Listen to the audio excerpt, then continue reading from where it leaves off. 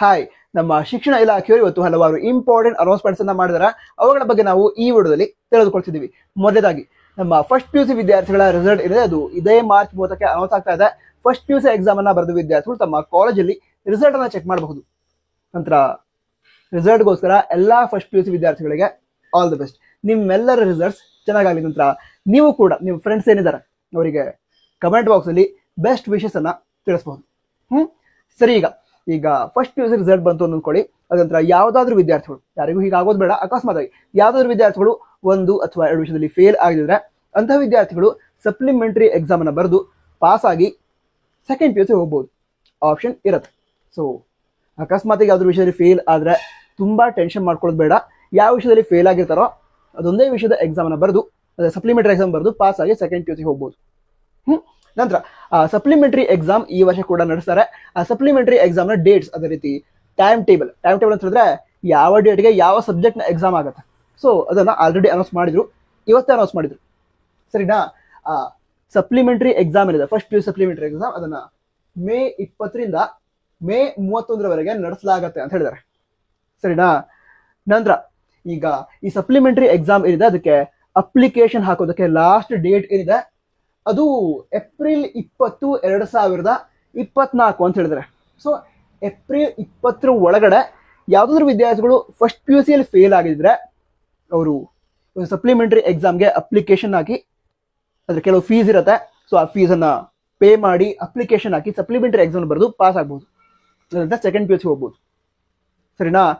ನಂತರ ಈ supplementary exam ಏನಿದೆ ಅದಕ್ಕೆ ಅಪ್ಲಿಕೇಶನ್ ನಿಮ್ಮ ಕಾಲೇಜಲ್ಲೇ ಹಾಕೋದು. ಈಗ ಯಾವ್ದಾದ್ರು ಸ್ಟೂಡೆಂಟ್ ಫೇಲ್ ಆಗಿದ್ರೆ ಅವ್ರು ಇನ್ಸ್ಟ್ರಕ್ಷನ್ ಕೊಡ್ತಾರೆ, ಕಾಲೇಜಲ್ಲಿ ಇನ್ಸ್ಟ್ರಕ್ಷನ್ ಅನ್ನ ಕೊಡ್ತಾರೆ. ಸೊ ಟೆನ್ಷನ್ ಏನು ಬೇಡ. ನಂತರ ಈಗಾಗಲೇ ಹೇಳಿದ್ರೆ ಟೈಮ್ ಟೇಬಲ್ ಅನೌನ್ಸ್ ಮಾಡಿದಾರಂತ. ಸೊ ಆ ಟೈಮ್ ಟೇಬಲ್ ಏನಿದೆ ಅದು ನೀವೀಗ ಸ್ಕ್ರೀನ್ ಮೇಲೆ ನೋಡ್ತಾ ಇದ್ದೀರಾ. ಅದರ ಸ್ಕ್ರೀನ್ ಶಾಟ್ ಬೇಕಿದ್ರೆ ತೆಗೆದುಕೊಳ್ಬಹುದು. ಆಯ್ತಾ?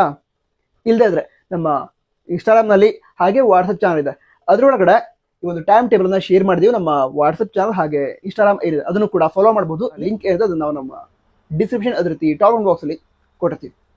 ನಂತರ ಮುಂದಿನ ವಿಷಯ ಏನು ಅಂತ ತಿಳ್ಕೊಳ್ಳೋದಾದ್ರೆ, ಈ ಸಪ್ಲಿಮೆಂಟರಿ ಎಕ್ಸಾಮ್ ಏನು ನಡೆಸ್ತಾರೆ ಮೇ 20ರಿಂದ ಮೇ 31ರವರೆಗೆ, ಅದರ ರಿಸಲ್ಟ್ ಅನ್ನ ಜೂನ್ 6ಕ್ಕೆ ಅನೌನ್ಸ್ ಮಾಡಲಾಗುತ್ತೆ ಅಂತ ಹೇಳಿದ್ದಾರೆ. ಸರಿನಾ?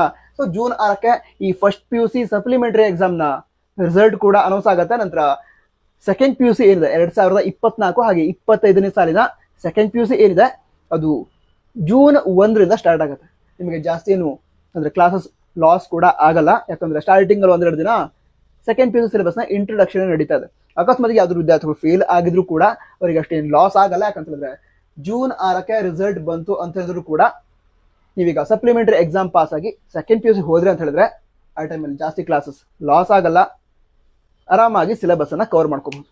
ನಂತರ ಎಲ್ಲ ವಿದ್ಯಾರ್ಥಿಗಳು ಕೂಡ ಆಲ್ ದ ಬೆಸ್ಟ್. ಯಾವುದೇ ವಿದ್ಯಾರ್ಥಿ ಫೇಲ್ ಆಗೋದು ಬೇಡ. ಅಕಸ್ಮಾತ್ ಆಗಿ ನಿಮ್ಮ ಫ್ರೆಂಡ್ಸ್ ಎಲ್ಲ ಯಾರಾದ್ರೂ ಫೇಲ್ ಆದ್ರು ಅಂತ ಹೇಳಿದ್ರೆ ಅವರಿಗೆ ಸಮಾಧಾನ ಮಾಡಿ, ಆಪ್ಷನ್ ಇದೆ, ಜಾಸ್ತಿ ಟೆನ್ಷನ್ ಮಾಡ್ಕೋಬೇಡ ಅಂತ ನಿಮ್ಮ ಫ್ರೆಂಡ್ಸಿಗೆ ನೀವು ಹೇಳಿ. ಲೈಫ್ ಚೆನ್ನಾಗಾಗತ್ತೆ.